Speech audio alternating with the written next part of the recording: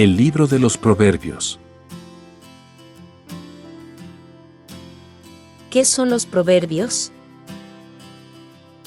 El libro de los proverbios reúne varias colecciones de refranes, comparaciones, máximas, enigmas y alegorías, puestas en su mayoría bajo la autoridad de Salomón, hijo de David, rey de Israel. Tal atribución se debe a que la tradición israelita consideraba a aquel célebre rey como el sabio por excelencia. Según el primer libro de los Reyes, él le pronunció 3000 máximas, 1 de Reyes 5:12, y su sabiduría os superaba la de todos los orientales y toda la sabiduría de Egipto, 1 de Reyes 5:10. Dentro de esta amplia gama de géneros literarios, la expresión más frecuente y característica es el aforismo o dicho breve y agudo, que encierra una verdad útil para la vida. En algunos pasajes del libro de los Proverbios, como en otros libros sapienciales del Antiguo Testamento, se perciben notables influencias de la antigua sabiduría egipcia y oriental, e incluso se encuentran en él varias sentencias de dos sabios extranjeros. Proverbios 30, 1 al 14, y 31, 1 al 9. Esto pone de manifiesto el aprecio que tenía Israel por aquella sabiduría ancestral y su capacidad para asimilarla creativamente, haciéndola compatible con las exigencias de su propia fe. La visión teológica expresada en el libro es relativamente sencilla. El Señor es el creador del mundo y todo lo ha hecho con sabiduría. Las huellas de esa sabiduría divina han quedado grabadas en cada una de sus obras. Por lo tanto, aquel que ponga todo su empeño en abrir los ojos a la realidad que lo rodea, encontrará el camino que lo lleva a la vida y lo libra de la muerte. Lo importante es buscar el orden establecido por Dios en el mundo y vivir en conformidad con él. Pero la adquisición de la sabiduría presupone ciertas condiciones morales. Una actitud específicamente sapiencial es prestar atención a las advertencias y exhortaciones de los sabios, que son los portadores de una experiencia acumulada a través de los siglos. El ideal de estos sabios es descubrir y enseñar el arte de vivir bien. Lo que más les preocupa es guiar al individuo hacia la felicidad y el éxito en esta vida.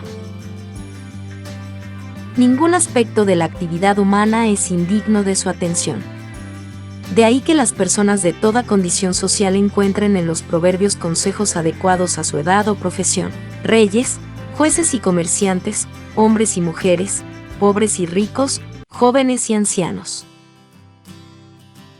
Con frecuencia se alude a las relaciones entre padres e hijos, entre marido y mujer, entre patrones y servidores.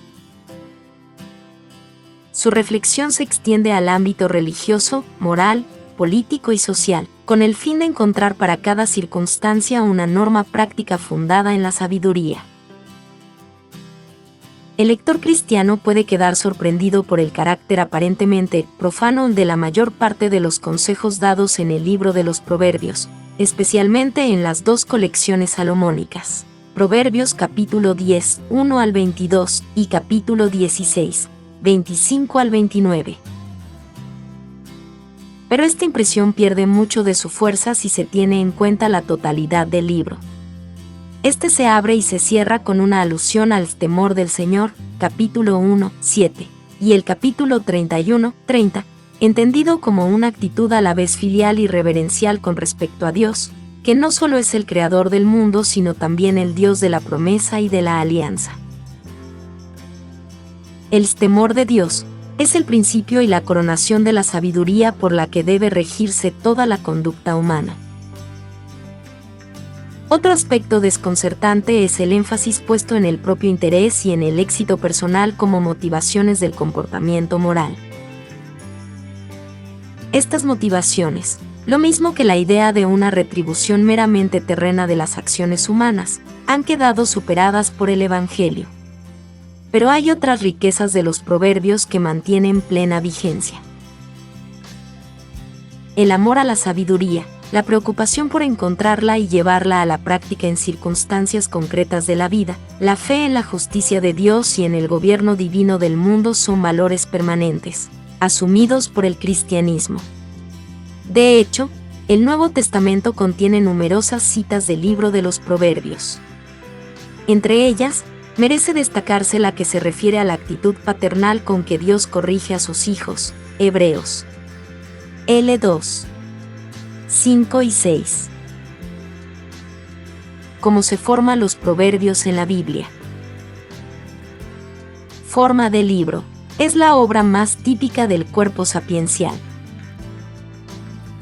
Bajo el nombre genérico de Mesalim, Proverbios acoge un conjunto de colecciones de enigmas, sentencias, aforismos, refranes, adagios e instrucciones de carácter ético y moralizante a través de los cuales se transmite una sabiduría popular acumulada durante siglos.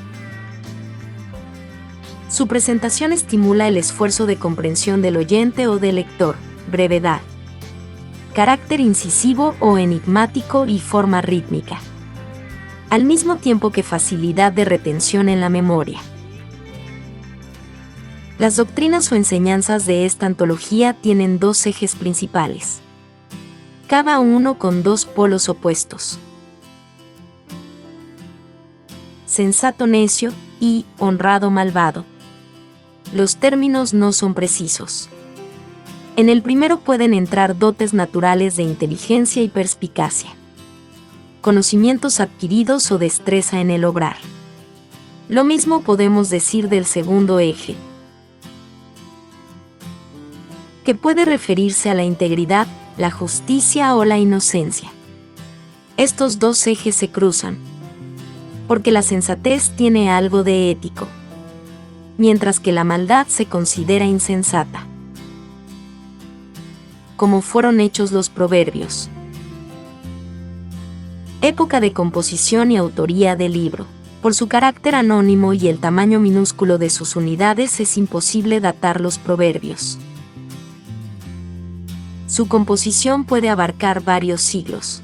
El prólogo y el epílogo serían obra del recopilador final y, por tanto, posteriores a las otras colecciones. Que Salomón diera impulso a esta corriente de proverbios puede ser realidad o pura leyenda. En realidad, el libro salta las fronteras y las épocas. Mensaje de los proverbios. La sensatez es una actividad artesana, atribuida al Dios creador y ofrecida al ser humano para que sea el artífice de su existencia, para que aprenda el sentido de la vida y dé sentido a su propia vida. Para ello, el joven inexperto necesita el apoyo de la experiencia ajena, plural y compartida, que cuaja en refranes, máximas y aforismos. Algunos son propios de escuelas de maestros, otros, entregados a la libre circulación ciudadana. Dios está presente en este mundo sapiencial y ético de los proverbios. Posee la sabiduría y concede la sensatez al ser humano. Con su aprobación y reprobación consolida el mundo ético. El libro va ganando en altura hasta colocar en el capítulo 8, 22 al 31 a la sabiduría personificada en la esfera celeste de sus orígenes. Aunque no es Dios ni una divinidad, procede de Dios y precede al mundo. Posterior a Dios y anterior al universo, inferior a Dios y superior al mundo. El poeta la presenta como personaje que nace, aprende, actúa. No se sigue que el poeta se refiera a un ser personal existente fuera del poema. Pero con el correr del tiempo esa sabiduría tendrá un nombre.